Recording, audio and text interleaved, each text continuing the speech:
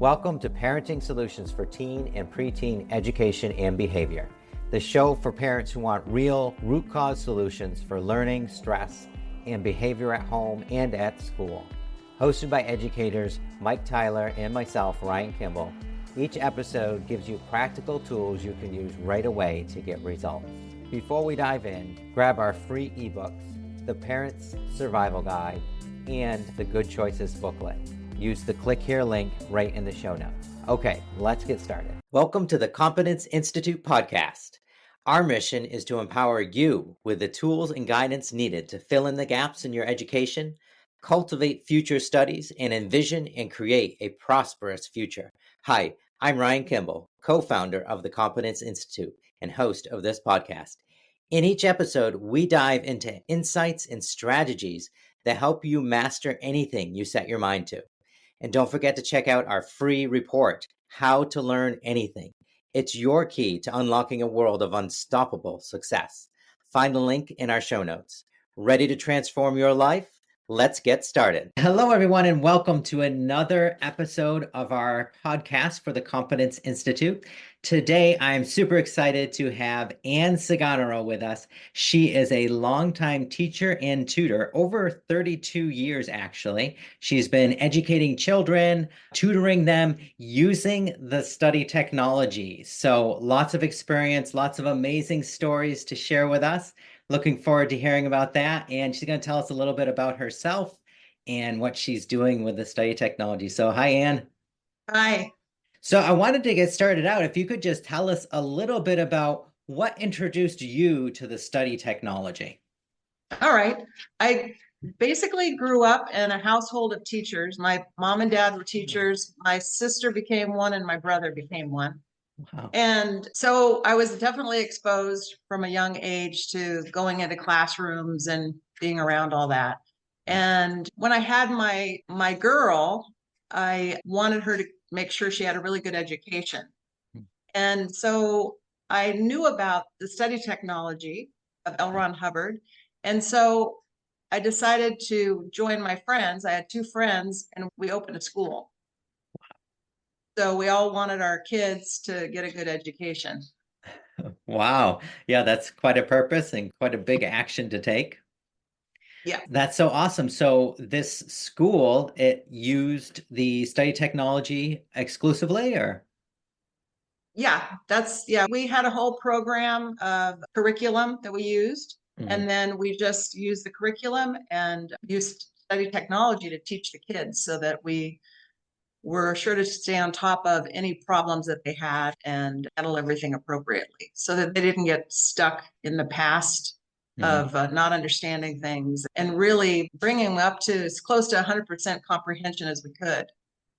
Wow, that's awesome. Okay, and then so you started this school. What was the beginning like? How did it work, if you don't mind telling us the story a little? Let's see, it was exciting. Yeah. We started out and I think we had probably about 30 kids in the beginning. And then we just learned a lot about parents and about what parents wanted and how to go about teaching. And we had teachers, we had other teachers there. We taught and it just grew. I don't know, it just grew into a bigger and bigger school. It was never a very large school. I think we had probably the most was 100 kids. We only went through, in the beginning, we only went through fourth grade and then we moved up through seventh grade. Wow. Yeah. We wanted to make sure that we got the basics in because usually around fourth grade, we've noticed that kids start going off the rails a bit if they're going to go off the rails. And it's around third, fourth grade that happens. So we wanted to make sure those basics were really in so they had a good, stable foundation. Nice. Get them through that hump. That's right. Exactly. Very cool. Okay. And you mentioned that you found out what the parents wanted. And obviously, if you grew to 100 students, you were able to provide that. What types of things were you able to provide using the study technology? In the beginning, we had a lot of kids that were not doing well in school. And so we basically would interview the parents and then interview the children and see what was happening with them. And then they ended up getting programmed for whatever their situation was. Because some kids are great at reading and terrible at math or terrible at everything, whatever it was, then we would find out where they were. Depending on their age, some kids were a couple years behind on their ability to read, some were doing okay. So the program would it would put them wherever they were currently with that subject. So if they were way behind in math, then we would bring them up. We'd start them wherever they were. Let's say you have a third grader and they really only understood first grade math. You'd find out what were the areas of trouble and fix all those. And that's where the study technology came in. Right. And then fix them up and just bring them up to the grade level as fast as they could go or wanted to go. Wow, nice, nice. And so this sounds very customized and able to be applied to that individual student's needs. Exactly. Yeah. Yeah, that's what we did. Okay, that's so cool. And what were some of the successes that you noticed by using that method and helping the students and whatnot?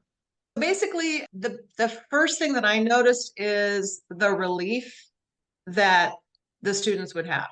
They, because of the pressure was taken off of, they were supposed to know certain things already and just keep moving ahead, move on over, move on ahead, just gut it out and move ahead. And they were relieved to know that it's okay that they didn't understand and we were going to fix it. We were going to work with them and help them to understand.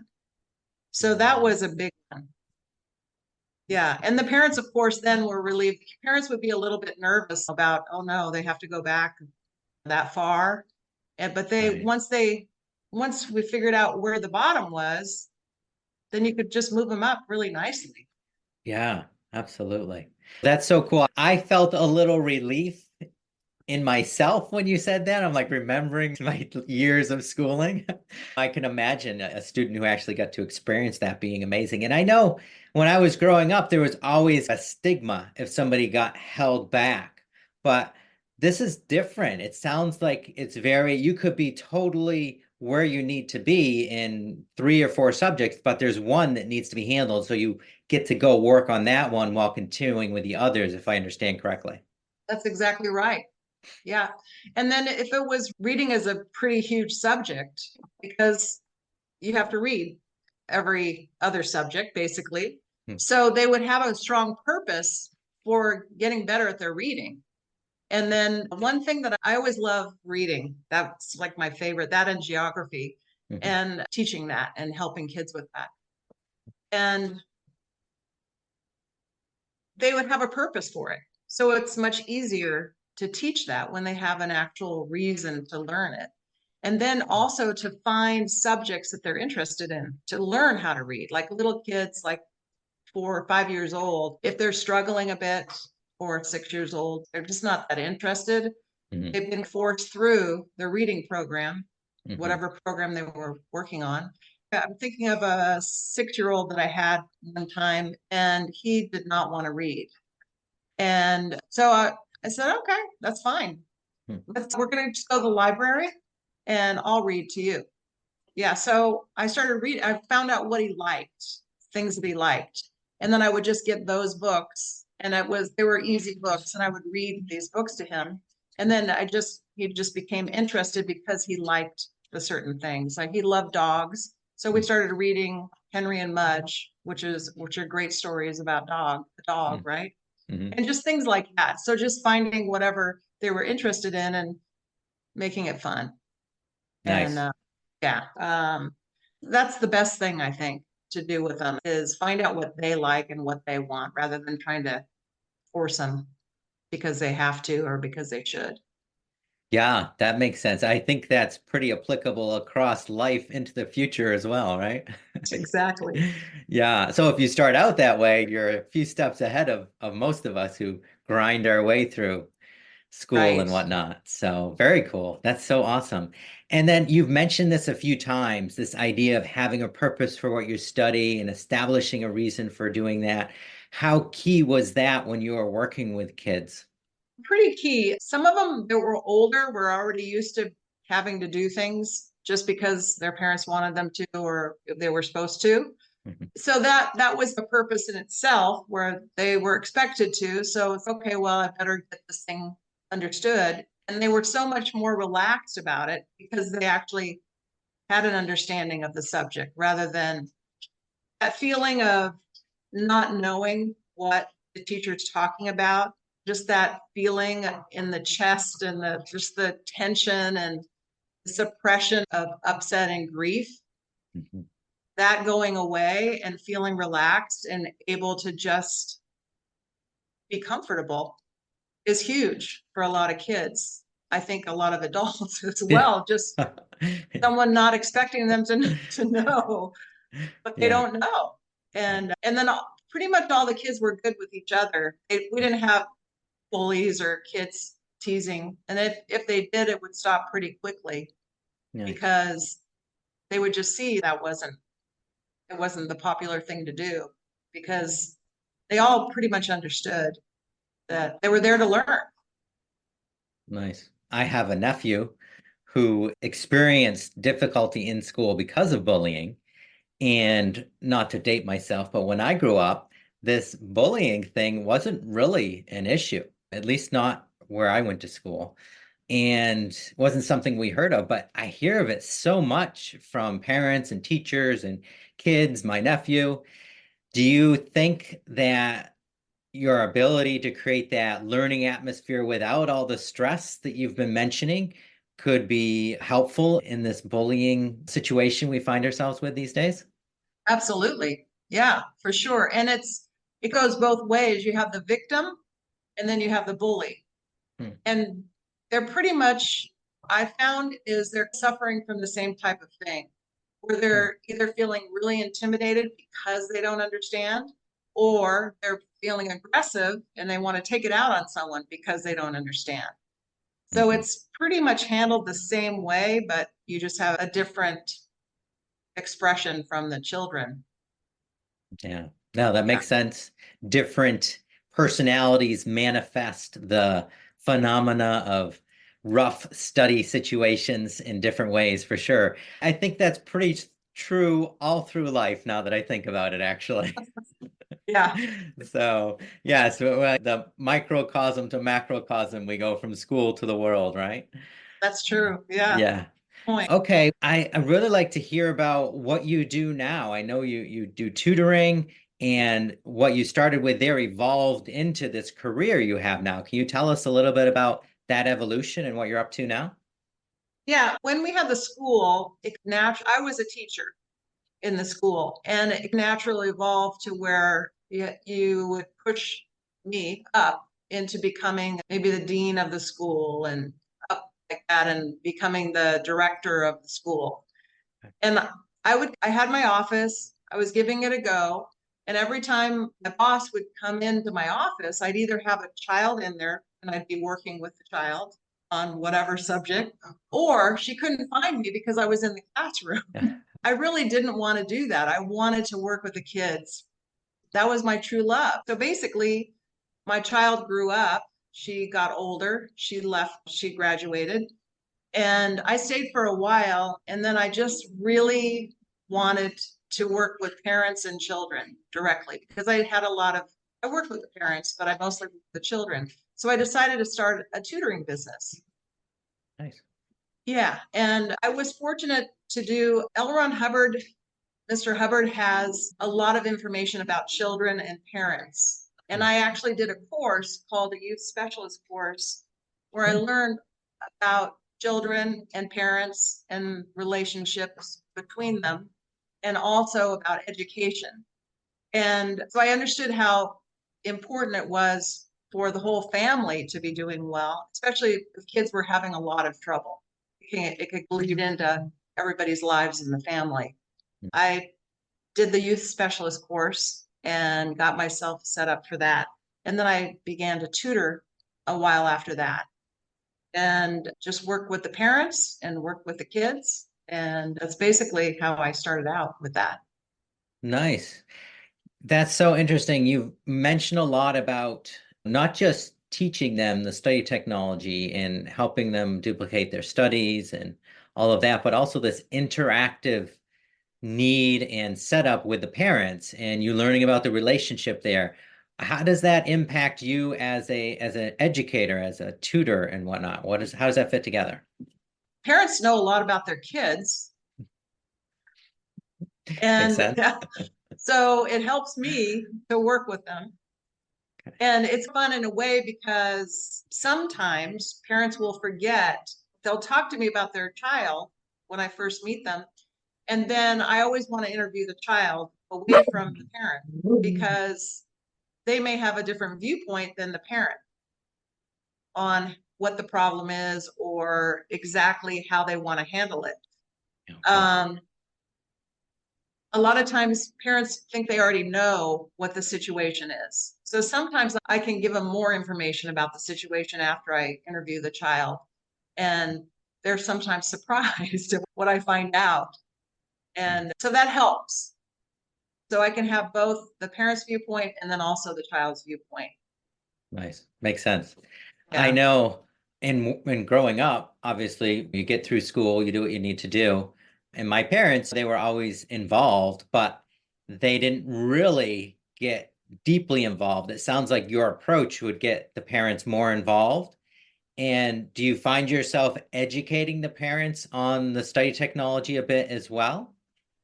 Yeah, it ends up happening because they're curious as to how I get the child to do what I get them to do. And then also along with that, there's courses that I took where um, they do, their willingness does want to be consulted. They want to be consulted about certain things and Sure. not have to have the pressure of you've got to do this just because I said so. Hmm. So I introduce that idea and I make it kind of fun. Like, this is your education. It's not my education. It's not your parents' education. This is yours. So let's make it more personal for you. Right. And that's a new idea for the parents a lot of times. They love it, Yeah. and but it's different. Yeah, for sure. I can see it now. Like, okay, I'm going to use this to get vegetables eaten and, all sorts of things, right? Chores will now be incentivized or whatever. Exactly. Yeah. Yeah. Go And ahead. also part of it is too where they learn to honor and respect their parents along the way. Oh, wow. Whatever degree I can get them to do that. Um, but they calm down. I think what happens is once they're happy with their education, because they're spending hours, how many hours? 6 to plus hours a day, at least 5 days a week. That's their job. And if they're miserable and anxious and hate it, that spills out into the other parts of their lives. So if I can calm that down and get them to be happy with themselves and with learning, then that changes pretty much the whole dynamic of the family. Yeah, absolutely. It's like therapy for the family. That's so awesome. Okay, great. So if you are working with someone now, what are some of the situations you find yourself handling, and what are some of the successes you've had in doing that? Well, I've worked with different kids. I've worked with special needs Okay. children. Okay. They just happen to come across my door. Hmm. And one of them, the mom really wanted her to learn to read. She couldn't, actually, both of them, to come to think of it. They Hmm. were really having trouble with reading. And so I just backed it up. And I think I ended up teaching them the sounds of the alphabet Wow. so that they really knew the sounds. And then they knew that the sounds represented parts of words and just really took it back to basics. And Mm. then they read things they were interested in, and then we just went from there. And one of them, I remember the mom, she had a success where she said that she could not believe after about 4 months of me working that her son would go around and read signs and was excited about being able to read. And he ended up growing up and learning how to ride the bus on his own because he could read the signs and read the schedules and all that. And then just basic reading ability so that he could survive Right. on his own. Yeah. And wasn't dependent on mom.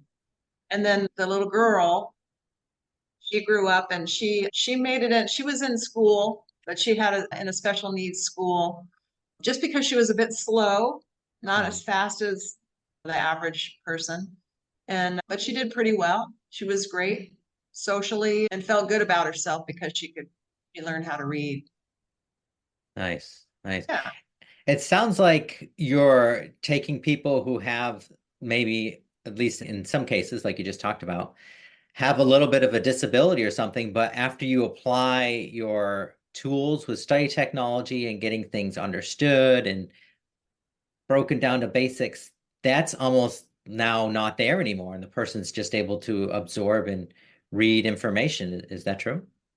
Yeah, to a degree, yeah. If they Yeah. have a physical disability, Yeah. they don't necessarily get all the way up to the same level, but Right. they're able to function on their own. And that's the thing. They're much more independent. And yeah, so in that way, absolutely. And they're confident. The confidence just soars. And that's a beautiful thing. Yeah. They trust themselves. And yeah, That's so cool. I actually was just reading a quote, I think it was from Martin Luther King, about how education should not only be bringing of more information, but building confidence and establishing purpose. And it sounds like what you do really lends itself towards that as well. yeah, well, that's the beauty of this technology. It Mm. really is. I know you mentioned you had some specific successes that you were excited to share with us. Can you tell us a little bit about some of those? Sure. Let's see here. He was trying to get through a chemistry course, Mm. and he had a funny thing that he did where he said that he would handle himself falling asleep while he studied he had a satchel of, they were, I'm trying to think of what they were, like an herb or an essence, and he would smell them to wake himself up. Oh, wow. And I had never seen or heard of anything like this before. Me neither. So yeah, so he actually on his own learned the study technology to apply to himself. And he was surprised to find out that actually he could use this technology to handle the sleepiness, this tiredness that he, and Nice. so then he did. And I'll read you what he said to Okay. me. He said, the semester is going along great. The study technology you shared with me has been working so well with understanding the scientific journals that I'm reading. So far, I have read 5 scientific journals and wrote reports on them. And I've noticed that I can extend the period of time that I study much longer because my concentration has improved so much. Wow. As far as chemistry, my comprehension is outstanding. Wow. So, How yeah, cool. pretty fun. Yeah, it makes it not such a chore, like you were saying. Obviously, he has to get through these materials. It Right. makes it, yeah, fun and something you can have a win at. That's right. Yeah, I can remember falling asleep studying, so I think better than coffee and stimulants That's using right. some study technology. Nice. Okay, great. Tell us some more. Let's see. I have one from a high school girl, and this was from the mom. And she said, my daughter's challenge was math. And when she started working with Ann, she was 3 to 4 grades behind. She simply despised math. She had consistently bad grades, mostly F's, and just wasn't motivated to learn. With Ann's help, she was able to learn, understand, and finish the year on a strong note with the grade of a B minus. The improvement transpired in my daughter's personality and approach to her homework. And now when I ask her to do her math homework, she replies, I already did it. Wow. Wow. So that was a win from the parent. Yeah, I'm sure the girl there is having some pretty major wins in life too. Yeah, she did. Yeah. She had a lot of fun. She really started understanding. It was pretty neat. She was very bright actually, and it didn't take a lot, honestly, to help her. Just had to clear up some of the past things, and then she just grabbed a hold and just started running with it. Makes sense. Do you find that usually to be true? You just hone in on a few things and you get them cleared up and everything starts to roll? Yeah, it normally does. And the fewer the subjects they have trouble with, the faster it goes. But yeah, it's usually they improve a lot faster than anybody would ever think that they would, especially if they're several grades behind. Mm. But yeah, you just get some of the basic things cleared up and it all comes back. Their memory almost comes back to what they had learned before. Yeah. Yeah, I'm Yeah. familiar with that phenomena. Yes, absolutely. I just had a question pop into my mind I want to ask you. I've had some people who were interested in getting better at a certain subject or doing this or doing that. And when you mentioned tutoring, they're like, oh, yeah, we've used tutors. He doesn't need more help. He needs to stop watching so much Xbox or whatever, right? What would you say about that? I mean, you have a unique without getting into all the details of what you do, you have a unique approach. How would you answer somebody who says something like that? That's a good question. I'm trying to think how I would answer that. Yeah, not to put you on the spot. It was just I Yeah, had the question. I figure I've got you here. I'm gonna ask. absolutely. Yeah. I listen to the student, what they have to say. And I don't go in with the attitude that I already know the subject and I know it all, and I'm going to teach them. I am going to teach them the subject. What I do is I work with them and I find out what area they feel that they have trouble with. And then because they have an idea, they know that they don't know how to multiply or they don't know how to divide. So then I use the study technology and I know that there's a gradient of information that's been skipped over. So I take them back to before that, before they were having trouble. And I clear up areas before that because it's not where they think it is. Right. It's not the division or it's not the multiplication. It's something before that, which is a lot of times addition, or the killer is regrouping. That whole subject that comes up more times than I can count. They just lose it at regrouping. And they Okay. think they have it, but then they don't really have it. Okay. So that's part of the study technology, is taking it back to where before they thought they understood it and then getting that area understood. Yeah. And it's not just memorize and just do it and gut it out. It's, do you understand this? Show me how you understand it. Okay, now demonstrate it to me. Show me. Mhm. And they can. Mm. And they brighten up and they're happy. It's not drudgery. It's fun. Yes, Yeah. absolutely. Yeah, and I know personally I've experienced the magic of you think there's something going on and I have all my attention on this one thing, and then somebody comes and has me look a little bit before it, and then all of a sudden that thing I thought I didn't know makes total sense. So I just from having experienced that and then working with my partner at the Competence Institute, Mike Tyler, who's also an expert at doing that, it's pretty magical. People think, oh, well, that sounds like common sense, but really there's such, and you put it in a very easy manner of understanding it, but there's such a precise way of noticing where that spot is and finding it and helping the student with that exact thing and not something else. That to me, that's really where the magic is in using the study technology.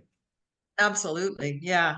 And Yeah. it's funny too, because it feel so happy. They're Yeah. so relieved and it's just the right thing. Right. And there's nothing wrong with them. And that's one thing that I've said so many times to children. I said, there's nothing wrong with your ability to learn. You have no learning disorder. There's nothing wrong. It's how you were taught or how you were not taught. It's because you went past things because the class went ahead Mhm. and it's not you. So all we have to do is go back, find what you didn't get it understood, and boom, then they're set. It's actually really simple. Awesome. Very cool. Yeah. Very cool. I interrupted our succession stories there. Do you have any more you'd like to share? Let's see. I think I have one that kind of goes along with what you said. So this mother wrote a success and she said, my son has been tutoring with Ann for the past few months. When he was attending public school, he did not have the motivation to progress in his studies. There were many things that were affecting him negatively, that did not allow him to focus. That resulted in him not understanding what he was being taught and eventually falling behind. With Nicholas's approval, I made the decision to start the process of homeschool. So Anne began to tutor him. It was the best decision I made. She showed him the value of learning. And soon my son started loving to learn and increasing his knowledge. He doesn't feel insecure anymore, and he's gained many confidences. That's basically what it is. It's just saying that I'm patient and caring, but actually it's not even that. It's just simply finding what was wrong and handling it. And Yeah. having the know-how on how to handle it. You seem to be very just confident that you're going to be able to handle whatever comes up. Yeah, I do. I do feel confident. And I feel confident that I can also get them to start using it as well. And this exact same boy, I worked with him for a few years, and he ended up going to a school because he wanted to have a social life, right? So he stopped homeschooling, and he told me, I still tutored him, and he told me that there was a boy that was causing a lot of trouble in class. And so he took him aside and he talked to him and he said, you have a misunderstood word in what you're studying, and I'm going to help you find it. Oh my gosh. And he did. Wow. Yeah. That is incredible. That's the ripple effect of what you're doing, just spreading out that calm. Yeah. Yeah. That was fun. That was really fun. So fun. Yes, that's great. I'm inspired. I'm going to send some people your way. I got some people in mind, actually. Oh, great. Thank you so much for sharing all those. Were Mhm. there any other topics that you wanted to cover or success stories related to certain areas that you wanted to go over? I can't really think of anything. I think I don't know if I mentioned this before, but a lot of times when I have a child sent to me, they are very introspective. Mhm. They think there's something wrong with them. They're lacking confidence in their ability, and they feel very insecure. Mhm. And just by applying the study technology, their confidence comes up. They begin to look outward, not inward at themselves, what's wrong. And they just lose that whole problem. It's Mm. not there anymore. And they just become these bright, beautiful children that they always were, but they're acting that way now. So amazing. Just great. It's really it's a new era of education, I feel, with what people like yourself are doing to bring this study technology. It just creates a whole new atmosphere. That's true. Yeah. Yeah. I've had this question pop through my head as we've been talking here a few times, so I want to ask it before we end off. And Sure. this is just me having the personality I have, but I would think that what you're doing, like engaging with students one-on-one, really helping them when they're moving slow and whatnot, seems to be a large patience factor and willingness to engage and whatnot. Some people find that very hard to do, but I can see just by the way you're talking about it, like you light up and it's something you really enjoy. Can you speak to that? What it is that makes that so passionate of a subject for you and how you navigate it? I don't know the answer to that, honestly.